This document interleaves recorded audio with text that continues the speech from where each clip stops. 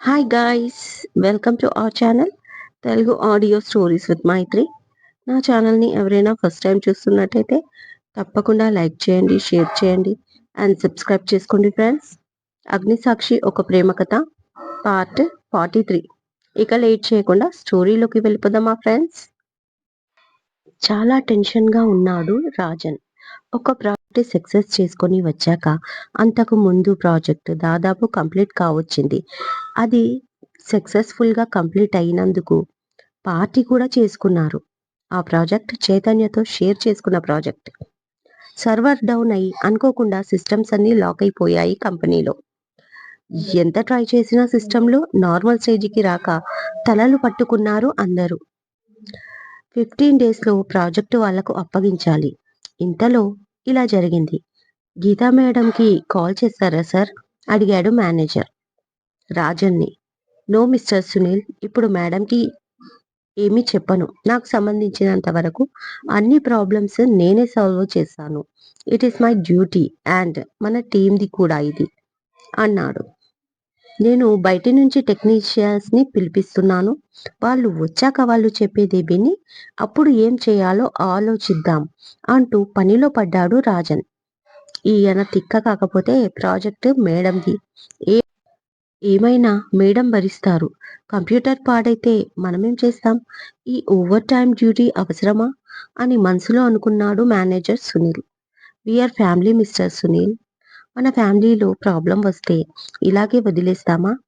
మనకు ఎందుకని? ఇది కూడా మన ఫ్యామిలీనే. జీతాలు తీసుకుంటున్నప్పుడు కనీస బాధ్యత లేదా? నీకు ఓవర్ టైమ్ డ్యూటీ చేయడం ఇష్టం లేకపోతే గెట్ అవుట్ పర్మనెంట్లీ అన్నాడు రాజన్. కాదు, గట్టిగా అరిచాడు. బిక్కచచ్చిపోయాడు సునీల్. సారీ సార్ అన్నాడు. మనసులో మాటలు ఇతనికి ఎలా తెలుస్తున్నాయి అనుకుంటూ. ఇన్నర్ సైడ్ కాకుండా బయటికి మాట్లాడు మిస్టర్ సునీల్. వెళ్ళి ఒక కాఫీ చెప్పు అన్నాడు రాజన్ కోపంగా. అప్పటికే 2:30 మార్నింగ్. ఎస్టర్డే ఆఫ్టర్నూన్ నుంచి సిస్టమ్స్ అన్ని లాక్ అయిపోయాయి. సుభాష్ డిశ్చార్జ్ అయి ఇంటికి వెళ్ళిపోతాడు.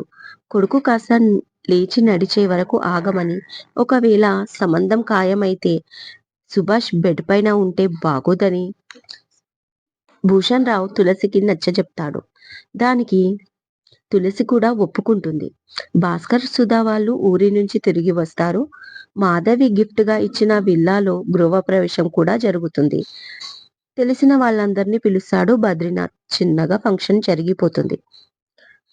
కొత్త ఇంటికి షిఫ్ట్ అవ్వడానికి కొంచెం టైం తీసుకొని పాత ఇంట్లోనే ఉంటారు బద్రీనాథ్, వేద. ఆ రోజు చైతన్య వర్క్ లో బిజీగా ఉన్నాడు. అప్పుడే క్యాబిన్ లోకి ఆయుష్, గీత ఎంట్రీ అవుతారు. గీత తన సిస్టమ్స్ అన్ని లాక్ అవ్వడం గురించి ఏడుస్తూ చెప్తుంది చైతన్యకి. ఓ గాడ్, ఇప్పుడు ఎలా? చాలా తక్కువ టైం ఉంది ప్రాజెక్ట్ సబ్మిట్ చేయడానికి. ఇలాంటి టైంలో ఏంటిది అనుకుంటూ వేదకి ఢిల్లీ నెక్స్ట్ ఫ్లైట్ టికెట్లు బుక్ చేయమని చెప్తాడు చైతన్య. గీత ఏడుస్తూనే ఉంటుంది చాలాసేపు. ఆయుష్ నచ్చజెప్పి చూస్తాడు తనకి, కానీ ఆమె మాత్రం ఏడుపు మాత్రం మానదు. చైతన్య జరిగిందేదో జరిగిపోయింది. నెక్స్ట్ మనం ఏం చెయ్యాలి అది ఆలోచిద్దాం. ఏడుస్తూ కూర్చుంటే పని జరగదు అని అత్తకి ఈ మ్యాటర్ తెలుసా అడిగాడు. నో అంటుంది ఏడుస్తూ గీత. చైతన్య రాజన్తో మాట్లాడిన తర్వాత ఫ్రెండ్ విష్ణుతో మాట్లాడతాడు ఫోన్లో. అతను సిస్టమ్ సాఫ్ట్వేర్ రంగంలో ఎక్స్పర్ట్. అతను చెప్తాడు సిస్టమ్స్ అన్నీ లాక్ అయిపోతే అన్లాక్ చెయ్యొచ్చు, కానీ సిస్టమ్ డ్యామేజ్ అయితే మనం ఏమీ చేయలేమని. దాంతో చైతన్య కొంచెం అప్సెట్ అవుతాడు. ఈ ప్రాబ్లం నుంచి ఎలా బయటపడాలి అని ఆలోచిస్తూ వేదాగ్ని పక్కకి తీసుకెళ్తుంది. ఈవినింగ్ వరకు ఫోన్లో అందరితో మాట్లాడుతూ వారి సజెషన్స్ తీసుకుంటూ ఉంటాడు చైతన్య. ఫ్లైట్ నైట్ టైంకి టికెట్లు బుకింగ్ దొరకడంతో గీత ఏడ్చి ఏడ్చి అలసిపోయి పడుకుంటుంది. పర్సనల్ రూమ్లో తనని లేపి బలవంతంగా జ్యూస్ తాగిస్తుంది వేద. తర్వాత కొన్ని డౌట్స్ అడుగుతుంది గీతని. కాసేపటికి వేద, బావ క్యాబిన్లోనే ఉన్నారా? ఫ్లైట్ ఏ టైంకి బుక్ అయింది అని అడిగింది. నైట్ 10:30కి చైతన్య సార్ వాళ్ళ ఫ్రెండ్ విష్ణు అని ఒకతను వచ్చాడు. అందరూ క్యాబిన్‌లోనే ఉన్నారు అని చెప్తుంది వేద. గీత ఫ్రెష్ అప్ అయ్యి చైతన్య క్యాబిన్‌కి వెళ్తుంది. వాళ్ళు మీటింగ్ రూమ్‌లో ఉండడంతో గీత, వేద అక్కడికి వెళ్తారు. ఇప్పుడు వెళ్ళినా వేస్ట్ భయ్యా. ఎలాగో ఈ ప్రాజెక్ట్ చేజారిపోయింది అంటాడు శశి బాధగా. అది విని గీత ఏడవడం మొదలు పెడుతుంది. ఇదంతా నా తప్పే. నేనే కాస్త కేర్‌ఫుల్ గా ఉండాల్సింది అని కూర్చొని ఏడుస్తుంది. గీత ప్లీజ్ కామ్ డౌన్ అంటారు శశి, ఆయుష్. ఎవరు కావాలని చేసింది కాదు కదా. Just happen. బాధపడకు అన్నగానే అయినా ఏడుస్తూనే ఉంటుంది. ప్రాజెక్ట్ వర్క్ కంప్లీట్ అవ్వకపోతే వాళ్ళు ఎంత ఫైన్ వేస్తారు అని అడుగుతాడు విష్ణు. 50 క్రోర్స్ అంటాడు భాస్కర్. దాంతో పాటు కేస్ కూడా వేస్తారు అంటాడు శశి. విషయం అనేది కాదు. Company prestige. Varma group of companies అంటే ఒక క్రేజ్, ఒక అంచనా. అది జనాలలో ఉంది. ఏం చేసైనా దాన్ని కాపాడుకోవాలి. కానీ బట్ హౌ? నా ముందు చాలా తక్కువ టైం ఉంది. ఈ టైంలో నేను ఏం చేయాలి అర్థం కావడం లేదు. ఫస్ట్ టైం ఫెయిల్యూర్ ఎదుర్కోబోతున్నా అని, అది కూడా తన తప్పు లేకుండా. బీ స్ట్రాంగ్ చైతన్య అని తనకు తానే మనసులో చెప్పుకున్నాడు. గ్లాస్ డోర్ నుంచి బయటికి చూస్తూ చైతన్య. అలా చైతన్యని చూస్తే చాలా బాధ అనిపించింది శశికి. ఆయుష్, నేను ఒక ప్రశ్న అడుగుతాను, జవాబు చెప్తావా? జస్ట్ 5 సెకండ్స్ లో చెప్పాలి. వేద చాలా క్యాజువల్ గా అడుగుతుంది. ఏంటి పిచ్చి ప్రశ్న ఈ టైంలో? ఆయుష్ అంటాడు. మీరు ఓటమిని ఒప్పుకున్నారు. ఇంకా ఎందుకు బాధపడుతున్నారు? బ్యాడ్ మూడ్ నుంచి బయటికి రావాలి అని అడుగుతున్నా అంటుంది వేద. గీత చిరాకుగా చూస్తుంటే విష్ణు అసలు ఎవరి ఈ అమ్మాయి? ఎంత పిచ్చిగా మాట్లాడుతుంది ఈ సిచ్యువేషన్ లో అనుకుంటాడు. భాస్కర్, శశి, ఆయుష్ ఆశ్చర్యంగా చూస్తూ ఉంటారు వేదని. జనరల్ గా తను ఇలా మాట్లాడదు అని. వేద మాటలు వింటున్న చైతన్య చటుక్కున వెనక్కి తిరిగి, ప్రాజెక్ట్ సబ్మిట్ చేసే లాస్ట్ మినిట్ వరకు నాకు టైం ఉంది వేద. నేను ఓడిపోలేదు. ఈ ఓటమిని ఇప్పుడే ఒప్పుకోలేను అంటాడు చాలా కాన్ఫిడెంట్ గా చైతు. ఓహో, చైతన్య లవ్ చేసింది ఈ అమ్మాయినా? మరీ చైల్డ్ లా బిహేవ్ చేస్తుంది అనుకుంటాడు విష్ణు. అయితే నా క్వశ్చన్ కి ఆన్సర్ ఇస్తారా అని అడుగుతుంది వేద బెట్టుగా. Okay, tell me what your question అని చైతన్య స్ట్రైట్ గా చూస్తూ అడిగాడు. శశి, వేద ప్లీజ్ అంటాడు. చైతు చెయ్యి చూపించి ఆగమన్నాడు శశిని. ఆయుష్, భాస్కర్, విష్ణు సైలెంట్ గా చూస్తూ ఉంటారు. గీత వాళ్ళని పట్టించుకోకుండా వాటర్ తాగుతుంది. ఒక చీరని వాష్ చేసి అది ఆరడానికి 1 గంట టైం పడుతుంది. మరి 5 శారీస్ ఆరడానికి ఎంత టైం పడుతుంది? Your time start now. 5, 4, 3, 2 అనగానే 5 అవర్స్ పడుతుంది అంటాడు శశి. నో, జస్ట్ 1 అవర్ అంటాడు చైతన్య. వేద 1 అనే లోపే ఇద్దరు ఒకేసారి రైట్ ఆన్సర్ అంటూ చైతన్య వైపు చూసి క్లాప్స్ కొడుతుంది వేద. వేద, నువ్వు క్లాప్స్ కొట్టడం అయిపోతే అందరికీ కాఫీ తీసుకురా. గీత చిరాకుగా అరుస్తుంది. గీత గారు ప్లీజ్ అంటూ విష్ణు కొంచెం ముందుకొచ్చి, మీరు ఏం చెప్పాలనుకుంటున్నారో కొంచెం క్లియర్గా చెప్తారా అని ఇంట్రెస్ట్ గా అడుగుతాడు విష్ణు. కమాన్ వేద, స్పీక్ అంటాడు చైతన్య. గీత, భాస్కర్, శశి, ఆయుష్ ఆశ్చర్యంగా చూస్తారు. వాళ్ళు ఏం మాట్లాడుతున్నారో అర్థం కాక. ఒక ప్రాజెక్ట్కి 1000 మెంబర్స్ 9 మంత్స్ వర్క్ చేశారు. సో 9 మంత్స్కి 2 గ్రూప్స్గా డివైడ్ చేసే చైతన్య సార్, మేడం తీసుకున్నారు. సో 4 మంత్స్ 15 డేస్ ఒక్కొక్కరి షేరింగ్ వర్కింగ్ టైం. ఒక్కో టీంలో 500 మెంబర్స్ వర్క్ చేశారు మన దగ్గర నాకు తెలిసి. 1 మంత్ని 2గా డివైడ్ చేస్తే 15 డేస్కి 250 మెంబర్స్ వర్క్ చేశారు. సో మన దగ్గర 15 డేస్ మాత్రమే ఉంది 15% ప్రాజెక్ట్ వర్క్ కంప్లీట్ చేయడానికి. అందుకని అని వేద అనగానే, అందుకని అడుగుతాడు చైతన్య. తన మైండ్లో ఏదో ఫ్లాష్ అవుతుంది వేద చెప్తుందో. 19 into 50 is equal to 135 total days, 4.5 month. So just 15 డేస్లోనే చెయ్యాలి అంటే మనకు 19 into 250 is equal to 2250 members work చేస్తే 50 డేస్లో మన ప్రాజెక్టు పూర్తవుతుంది అని చెప్పడం ముగిస్తుంది వేద. వావ్, యువర్ అమేజింగ్ వేద అంటాడు చైతన్య. యా, షీస్ రైట్ అంటూ క్లాప్స్ కొడతాడు విష్ణు. చాలా బాగా చెప్పావు పాప అంటూ భాస్కర్ వండర్ఫుల్ అని శశి పొగుడుతాడు. థ్యాంక్ యూ అని నవ్వుతూ చూస్తుంది. ఏంటి బావా ఆ అమ్మాయి చెప్పడం మీరు ఓకే అనడం, ఇది చిన్నపిల్లల ఆట అనుకుంటున్నారా? మాటల్లో చెప్పినంత ఈజీ కాదు అంటుంది గీత. ఎందుకు కాదు? అవుతుంది, కాకపోతే కొంచెం రిస్క్ ఉంది. చైతు, నువ్వు వెనకడుగు వెయ్యొద్దు అంటాడు విష్ణు. 100% రైట్. ఇంతకంటే వేరే ఆప్షన్ లేదు మన దగ్గర. ఎట్టి పరిస్థితుల్లో నేను ఈ ప్రాజెక్ట్ కంప్లీట్ చేస్తాను. వేద, ఫ్లైట్ టికెట్స్ క్యాన్సిల్ చేయి, ముగ్గురికి కాఫీ పంపించు అంటూ వర్క్లో పడిపోతాడు చైతన్య. ఇక గీత ఏమీ మాట్లాడదు, ఎందుకంటే తన పరువు పోతుంది. ప్రాజెక్ట్ కంప్లీట్ అవ్వకుండా హైదరాబాద్ వచ్చి తప్పు చేసింది అనే ఫీలింగ్ తనకు ఉంది. అదే మాట చైతన్య కూడా అంటే తను తట్టుకోలేదు. ఏదైనా తెగే వరకు లాగకూడదు. అందుకే సైలెంట్ గా ఉండిపోయింది గీత ఏమనకుండా. Night 8 o'clock.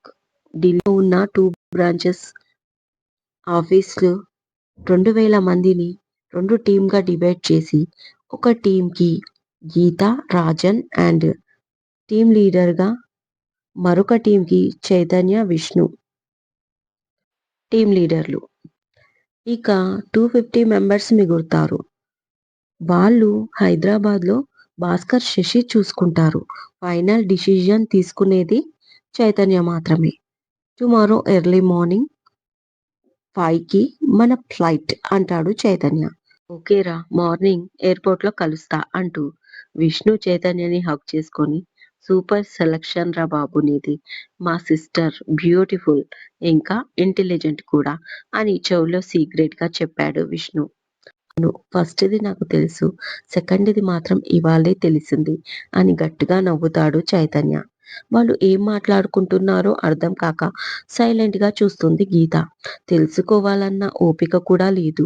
తను లేచి, ఓకే బావా, నేను వెళ్ళి ప్యాక్ చేసుకుంటాను అంటుంది. చైతన్య ఓకే అంటూ ఉండగా, గీత గారు, కెన్ ఐ డ్రాప్ యూ అని విష్ణు అడగగానే, నో థ్యాంక్స్ బావా, బాయ్ అని వెళ్ళిపోతుంది గీత. ఇప్పుడు ఎలా ఉంది అంటాడు చైతన్య నవ్వుతూ. నీకెందుకురా, ఏదో ట్రై చేస్తున్నా, అయినా నీ లైన్ క్లియర్ కదా అంటాడు విష్ణు. అక్కడ ఆల్రెడీ లైన్లో ఒకరున్నారు, ఇక నువ్వెందుకు అంటాడు చైతు. అవునా, ఎవరు అని అడిగాడు విష్ణు. ఆయుష్, ఇందాక ఇంట్రడ్యూస్ చేశాను కదా, గీత వాళ్ళ అత్త కొడుకు ఫ్రమ్ ఢిల్లీ అన్నాడు చైతు. ఓ, ఆల్రెడీ రిలేషన్లో ఉన్నారా, ఓకే అంటాడు విష్ణు. ఆయుష్ ప్రపోజల్ తనింకా యాక్సెప్ట్ చెయ్యలేదు అంటాడు. వై? నాకెందుకులే, యాక్సెప్ట్ చెయ్యలేదు, అది చాలు మనకి, ఏమంటావు అని కన్ను కొట్టి అడుగుతాడు విష్ణు. నువ్వు మావాడు ఎప్పటికీ మారరురా అన్నాడు చైతు. అరే మామా, ఇప్పుడు కాకపోతే ఎప్పుడు?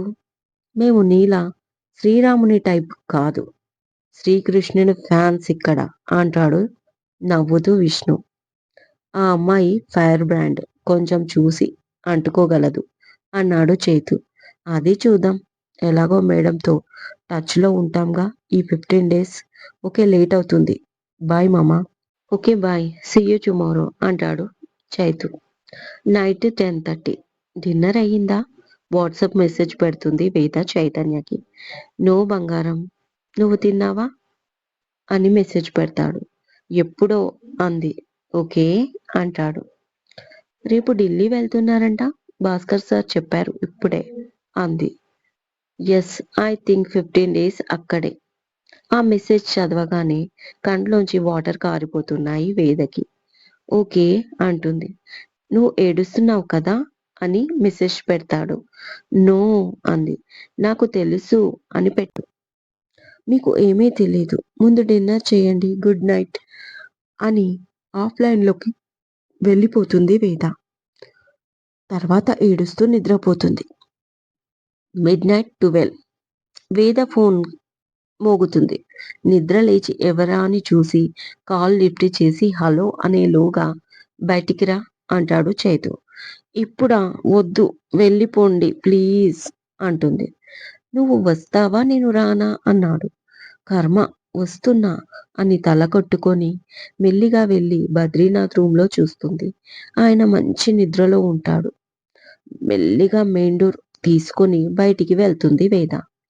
కారుకి ఆనుకొని వింటర్ కోట్‌లో చాలా స్టైల్‌గా నిలబడ్డాడు చైతన్య. అతన్ని చూడగానే పరిగెత్తుకుంటూ వెళ్లి హగ్ చేసుకుంది. రాను పో అంటావు చూడగానే చుట్టుకుంటావు అని టీజ్ చేశాడు. ఎలాగో వినరు కదా! ఈ హగ్‌ని ఎందుకు మిస్ అవ్వాలి అని చైతన్య ఫేస్ చూసి చెప్పి మళ్ళీ గట్టిగా హగ్ చేసుకుంది వేద. తనని గట్టిగా పట్టుకొని కార్‌లో కూర్చోబెట్టి తన పక్కన వెళ్లి కూర్చొని నైట్ సూట్‌లో ఉన్న తనని చూసి ఒక వింటర్ కోట్ కవర్ నుంచి తీసి తనే తొడుగుతాడు. వావ్! బావుంది అని నవ్వుతూ చైతన్య బుగ్గ పైన కిస్ చేస్తుంది వేద. అతను నవ్వుతూ కోట్ జీబ్ కరెక్ట్‌గా సెట్ చేసి పెడతాడు. ఆ తర్వాత తన చేతికి ఒక చాక్లెట్ బాక్స్ ఇస్తాడు. థాంక్ యూ అంటూ మళ్ళీ హగ్ చేసుకొని త్వరగా వచ్చేసేయ్ అని అంటుంది కళ్ళ నిండా నీళ్లతో చిన్న పిల్లల మీద. వర్క్ అవ్వగానే నీ ముందు వాలిపోతాను ఓకేనా? అంటూ ఆమె పెదాలపై చిరుముద్దు పెడతాడు. నన్ను తీసుకెళ్ళొచ్చు కదా ప్లీజ్ అంటుంది. టైం చాలా తక్కువ ఉంది. వర్క్‌లో పడితే టైం అస్సలు ఉండదు. వర్క్ చేస్తున్నంత సేపు ఎంప్లాయీస్‌ని స్టడీ చేయాలి. ఆ తర్వాత ఆఫీస్ టు ఆఫీస్ తిరగాలి. నాకు ఎలాగో రెస్ట్ ఉండదు. నాతో పాటు నీకు ఉండదు. అందుకే తీసుకెళ్ళట్లేదు అని నచ్చజెప్తాడు చైతన్య. ఇక కాసేపు కబుర్లు చెప్పుకున్నారు. ఇక వెళ్తాను అని కారు దిగి బాయ్ చెప్పి గేటు వైపు 4 అడుగులు వేసి వెనక్కి తిరిగి వచ్చి చైతన్యని గట్టిగా హగ్ చేసుకుంది. ఎందుకో తెలీదు. మీరు దూరంగా వెళ్తుంటే నాకు చాలా భయంగా ఉంది. మీరు నా లైఫ్‌లోకి రాకముందు నేను ఎలా బతికానో నాకు అర్థం కావట్లేదు అని అతని తల దించి ఫోర్‌హెడ్‌పై కిస్ చేసి వెళ్ళిపోయింది. ఆ మాటలకి మనసు సంతోషంతో నిండిపోయి, ఆ సంతోషం కాస్త కళ్ళ నుంచి బయటికి వచ్చింది. ఎమోషన్‌ని కంట్రోల్ చేసుకొని తను వెళ్ళే వరకు చూసి బయలుదేరాడు చైతన్య చాలా హ్యాపీగా. 5 మంత్స్ తర్వాత 2 టౌన్ పోలీస్ స్టేషన్ 11:30 AM.